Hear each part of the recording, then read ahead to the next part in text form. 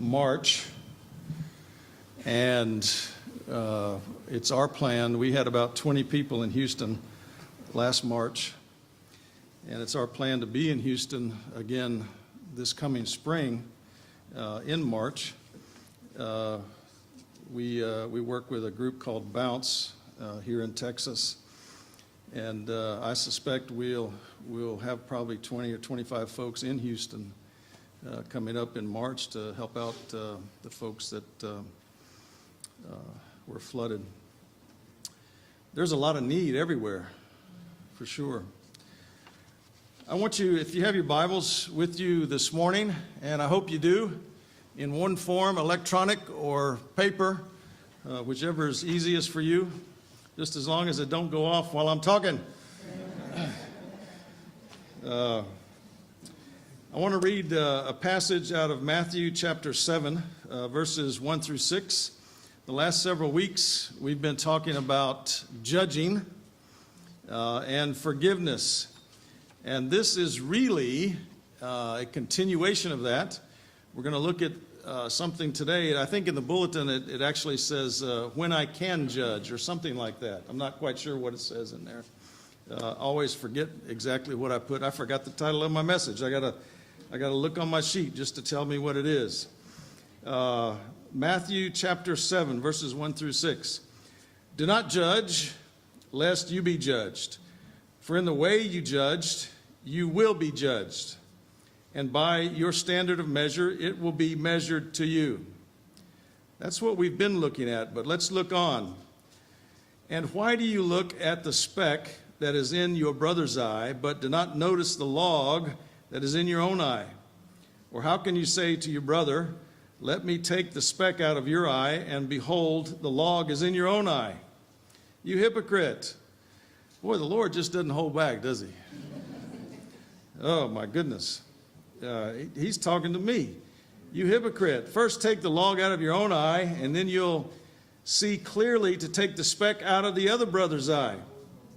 That's interesting. He wants us to help the brother, but we got to do something to that thing that's in ours first. He says, do not give what is holy to dogs, and do not throw away your pearls before swine, lest they trample them under their feet and turn and tear you into pieces. Some of you may know a very fine, wonderful theologian, pastor, preacher, teacher, radio host.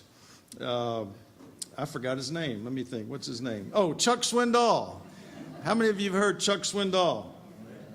Chuck Swindoll has a show called Insights for Living. Very, very insightful man. Very, very wise.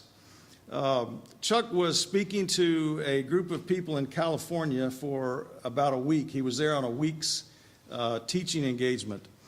And a man came up to him and he says, I've always wanted to hear you. I've been waiting for years to hear you and meet you in person. And finally, I have the time to do so. I'm going to soak up, Mr. Swindoll, I'm going to soak up everything that you have for me. I'm just waiting to hear it. And Chuck was sort of like, wow, man, this is great, you know. I wish somebody would say that about me, but that's okay, don't worry. No, I'm just kidding. Anyway, so the first night came, and as fate would have it, the guy had a seat on the front row. So just as I'm looking at Phil and Bill and Kathy, there the guy sat on the front row, and Chuck could see them.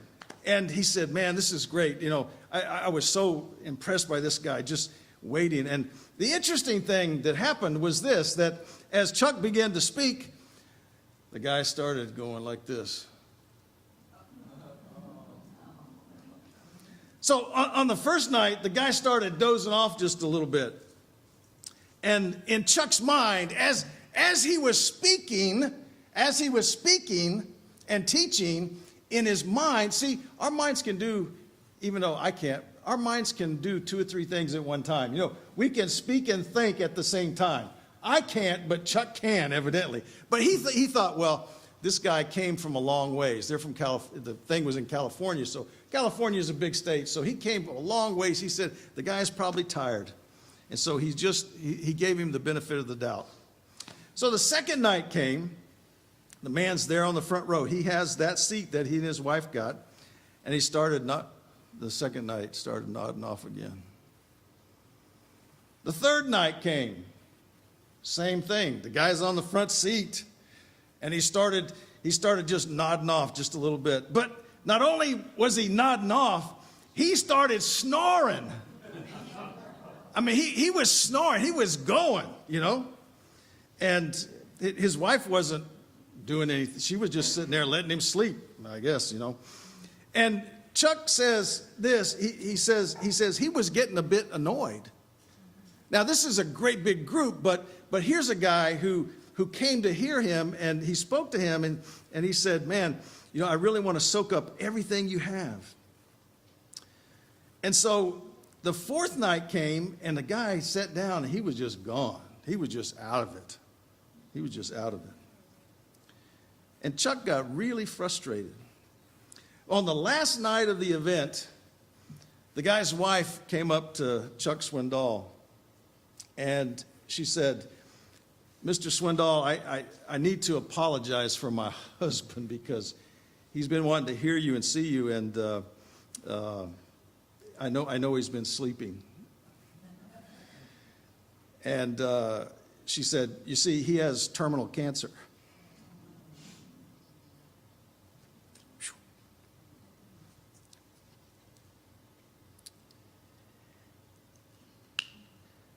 Now, there's a reason for this illustration.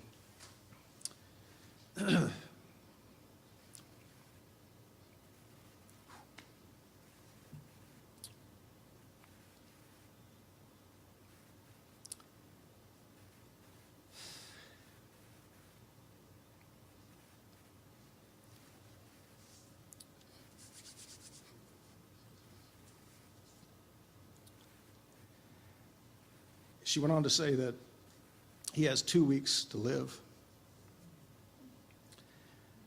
And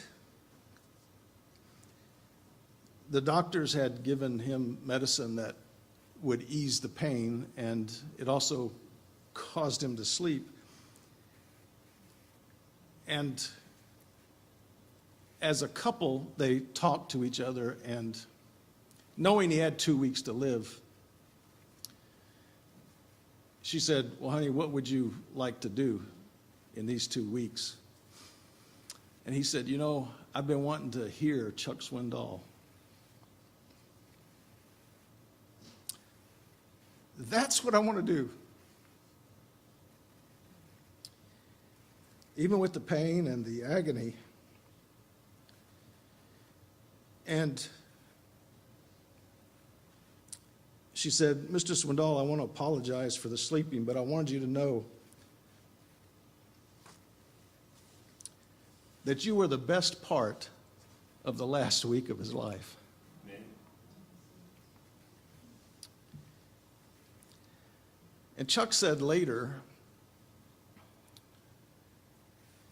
that because of the way he was thinking, that he could have crawled under a rock.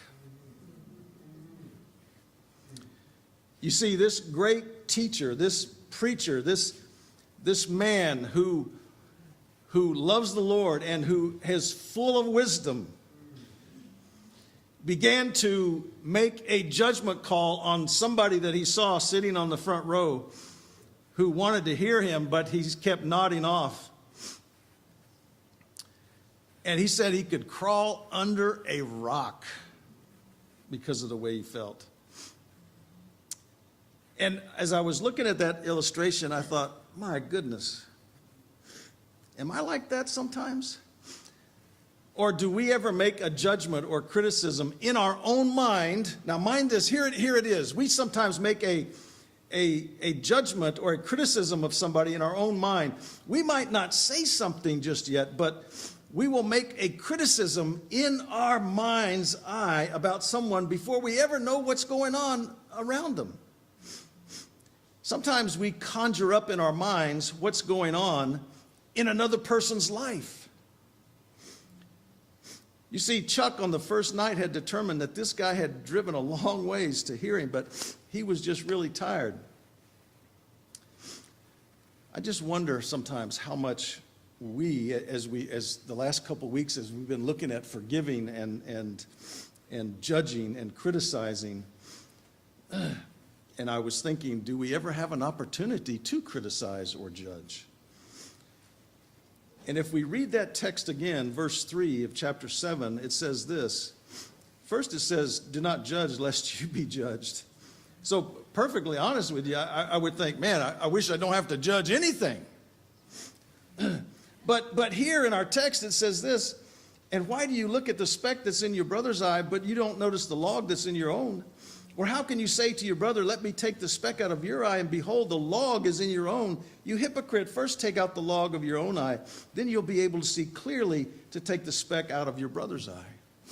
And I can tell you right now, we're not going to finish this today, but let me give you some first thoughts about the text.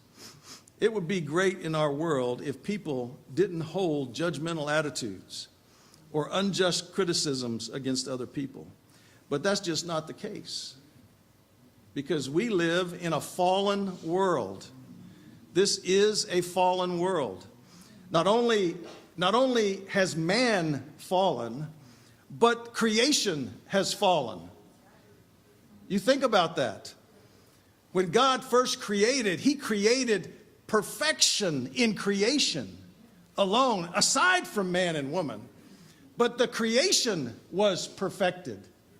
But guess what? Listen, this earth doesn't have long to live. And what we see going on around us, this isn't the message, but listen, we better look and see what's happening. We live in a fallen world. It would be great to look at our text, and we should say never criticize, but that's easy to say. Do not judge lest you be judged. We could stop there and say, God is the one true judge. We know that. Yet, here in our text, God gives us permission. Listen, he gives us permission to judge others, But there is a prerequisite. Check this out. There's a prerequisite to judging somebody. And remember, we define judging. If you weren't here the last couple of weeks, you'll have to, maybe you can go back and listen to the message. I don't know if it's on the website yet, but if it's not, James will get it there. Right, James? Just say yes. He'll get it there. Listen, the prerequisite is something, prerequisites are something that we like to avoid.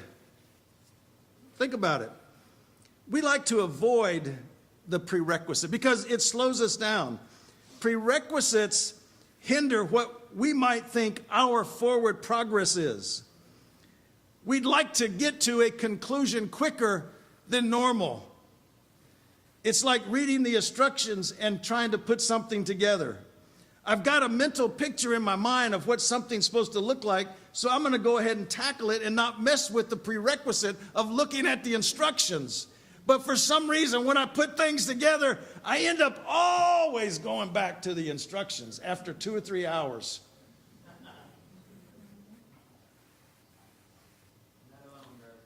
Thank you. Thank you.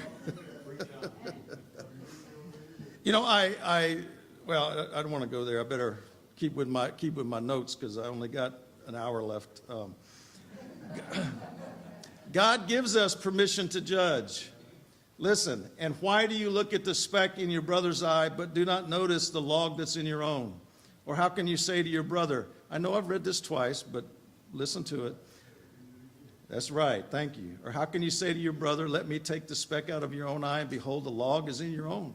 You hypocrite, first take the log out of your own, and you will see clearly to take the speck out of your brother's. Look at the word first in that text. That's the prerequisite. Here is an indication of the prerequisite itself. Before we judge, before we criticize, before we make some kind of mental notation, there's something we have to do, what? First. Everybody say first. Not second, not third, not after you've figured out all the things going on, but first. But listen, before we get to looking at the word first, I want to look at two other important words, and they're the same word. They're the same word in this text. Two words, but they're the same word. God is addressing, guess what? You and I. He is speaking to the church family. He is whispering to believers. He is talking to Christians. He is trying to get our attention. This makes me think that this is something that Christians are involved in. When you think about it. God isn't condemning us. He's working on us to enrich our lives, to direct our minds, to mold our hearts like His. He is teaching us to be kind, compassionate, considerate, loving, gracious to one another. A good friend once shared this thought with me. He said, help mold the person, but don't break their spirit. Sometimes we can break somebody's spirit when we're judgmental and critical. But there is a way to help somebody where that won't happen. And that's exactly what God is doing to you and I. He doesn't want to break our spirit. He's trying to enrich our lives by the way He teaches us. He's molding us without breaking the inner man, so to speak. He wants to do that. He wants this attitude to be a way of life in us. First steps. There's always first steps. There's always first steps. This past week, I had to go out of town unexpectedly. Well, not unexpectedly, but unexpectedly. I had to pick my wife up in Enid, Oklahoma, but it was sort of unexpected. There was a reason I had to go up there, and I can't explain that to you now, but maybe another day I'll explain it to you. While I was there, I wanted to teach my grandson a Bible verse, and I thought, well, this would be a first step for him. And so I picked Proverbs 17:22. It says this, a joyful heart is good like a medicine.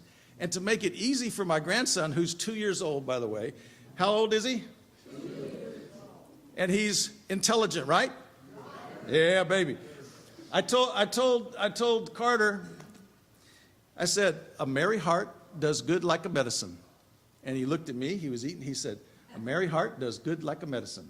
And I would say, a merry heart, he does good like a medicine. A merry heart, a merry heart. My 2-year-old, my grandson, 2-year-old, learned that. I mean, all you got to say is a merry, and he says, a merry heart does good like a medicine. Man, I mean, it's just a first step, so to speak.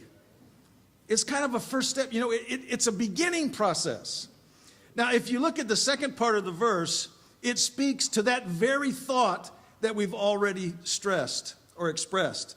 A broken spirit will dry up our bones. When we are critical and judgmental and insensitive and uncaring when we talk to people, it breaks the spirit. It tears down the inner person and produces a dried up heart. That's definitely something that God does not want. I know He doesn't want that. The Bible teaches that. He teaches that, and the reason I know it is because He's always patient with me. And thus, I should be the same way as I work with others.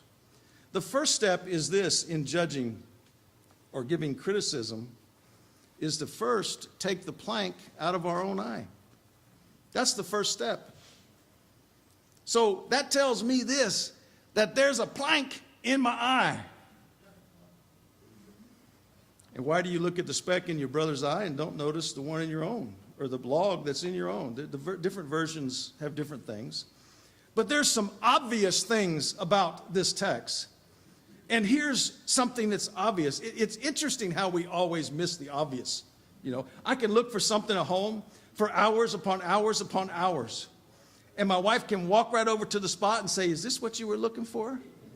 And I would say, well, why did you tell me that 3 hours ago?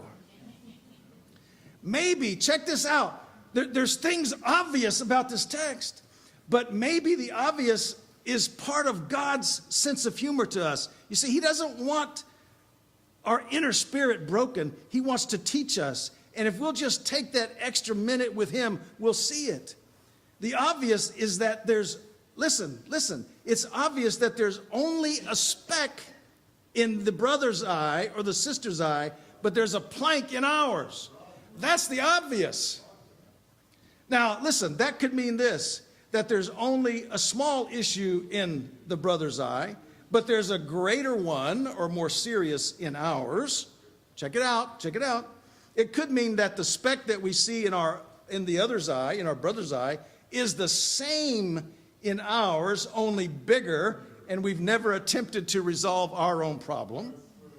Or it could mean that the speck in the brother's eye is just a speck, and we're making it out to be something bigger than it is, like our friend Chuck in the illustration. Or it could mean we're oblivious to the obvious. That is, we avoid the plank, we avoid our issues by finding faults in other people. Here's another obvious in our text. Listen, this is the obvious. Jesus uses the word speck as what we see in the brother. A speck would be like a piece of straw or a little bitty stick or something like that. Really, the issue with our brother is much smaller than our own. Why does Jesus use the word speck? Because the issue in our brother is smaller than our own. Our own issue is the plank or the beam or the log, whatever your version says, or the piece of timber that it is. It's bigger than what's in the brother. It's obvious. Why did Jesus use the word speck? When Jesus sees in that other person, he sees the speck. We make it out to be a plank, bigger than it is. Why? You might think it's a plank, but Jesus says it's a speck. Speck or plank in the brother's eye, Jesus can take care of it all, whatever it is. We make it bigger in our own mind sometimes. We make it bigger than what Jesus can handle. We might try to handle it ourselves. We start trying to correct it, and before you start looking, you're starting to break people down. There's another obvious issue in our text. Hang on. I'm watching the clock. Don't worry, I'm watching the clock. There's another obvious in our text, and here it is. Face our own fault first. There's a word. I'm going to teach you a word. I just learned it a couple days ago. It's actually a phrase, and it comes sometime around the 18th or 19th century, whatever that means. It's called willful blindness.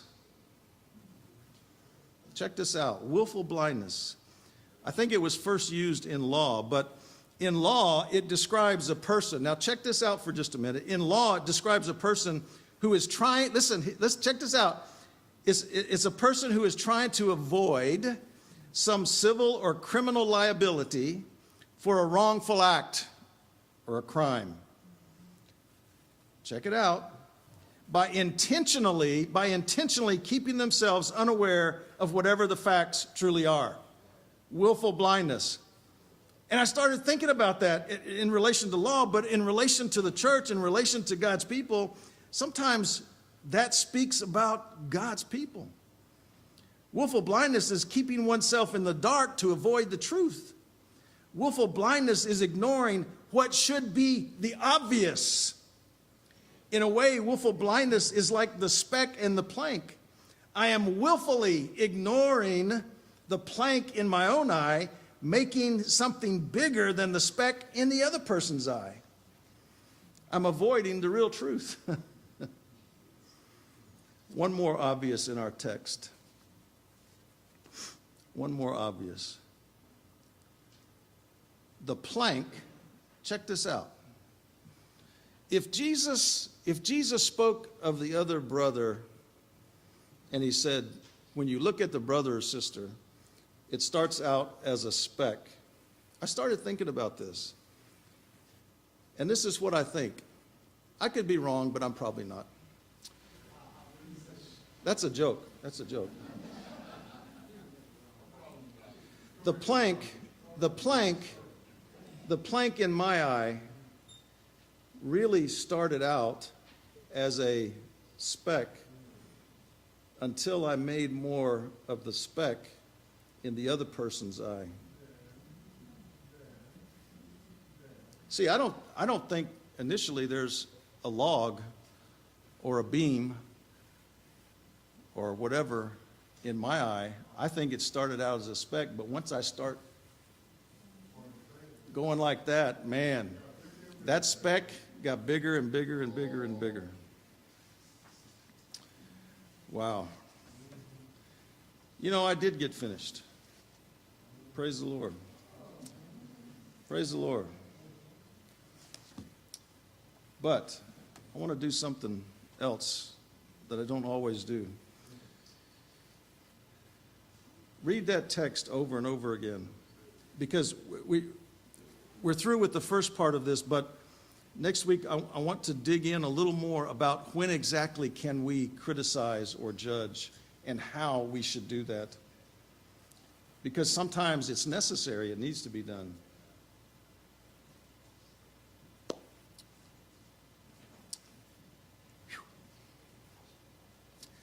But for some reason this morning, I'm going to ask Ira and Clay and Carl. Is Carl here? Can you guys come up here? And Phil and Bob, Bill. I want you guys to come up here.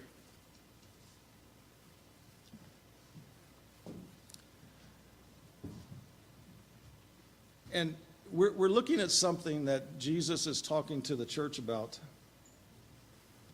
And as we look at it, sometimes it's hard to understand. But today,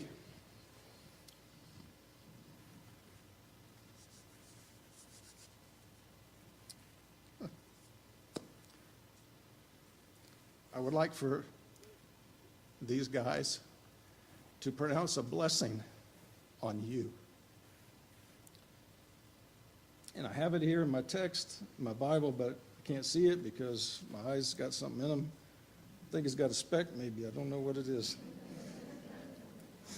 But if one of you could read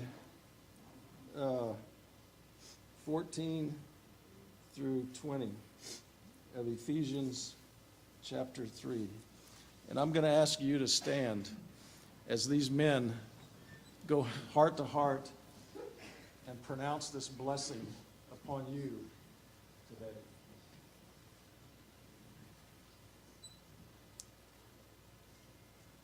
For this reason, I kneel before the Father, from whom his whole family in heaven and on earth derives its names. I pray that out of his glorious riches he may strengthen you with power through the Spirit in your inner being, so that Christ may dwell in your hearts through faith. And I pray that you, being rooted and established in love, may have power, together with all the saints, to grasp how wide and long and high and deep is the love of Christ, and to know his love and suppress knowledge, that you may be filled to the measure of all the fullness of God. Now to him who is able to do immeasurably more than we speak or imagine, according to his power that is at work within us, to him be glory in the church and in Christ Jesus throughout all generations, forever and ever and ever. The church said, Amen. Amen. Amen.